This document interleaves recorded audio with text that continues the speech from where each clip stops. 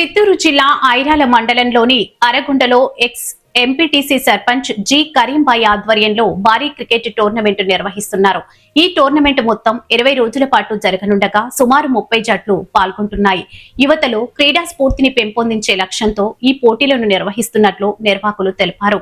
Tournament విజేతలకు ఆకర్షణీయమైన నగదు బహుమతులు ప్రకటించారు. మొదటి బహుమతిగా 40,000, రెండో బహుమతిగా 20,000, మూడో బహుమతిగా 10,000 అందజేయనున్నట్లు తెలిపారు.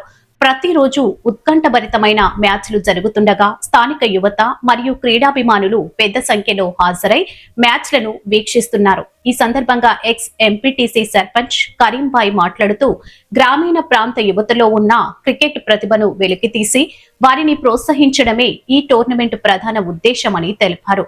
క్రీడల ద్వారా యువత చెడు అలవాట్లకు దూరంగా ఉంటానని ఆయన పేర్కొన్నారు. ఈ క్రికెట్ టోర్నమెంట్లో ప్రతి ఒక్కరు కూడా పాలు పంచుకొని ఈ టోర్నమెంటు జరుపుకొని అందరూ ఉత్సాహంగా, మరి ఓటమి గెలుపు అనేది సహజం, గెలుపు ఎంత ముఖ్యమో ఓటమి కూడా దాన్ని అంత స్ఫూర్తిగా తీసుకొని అందరూ కూడా సోదరభావంతో మెలిగి ఈ కార్యక్రమాన్ని దిగ్విజయంగా చేసుకొని ఈ టోర్నమెంట్ అయిన వెంటనే వాళ్లకు ప్రైజెస్ కూడా నిర్వహించడం జరిగింది. అదేవిధంగా ఇది నిర్వహించడం జరిగింది.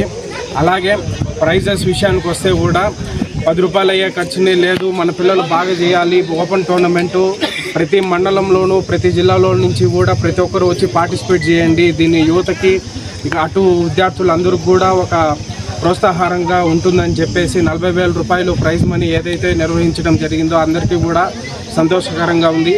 అలాగే ముందుండి కూడా ఇంకా రాబోయే రోజుల్లో మీ నాయకత్వంతో మేమందరూ కూడా నడుస్తామని సభాపూర్వకంగా తెలియజేస్తూ కరీమన్న గారికి అలాగే వాళ్ళ తనయుడు ఆసిమన్న గారికి కూడా పేరు పేరున ధన్యవాదాలు తెలియజేస్తాం.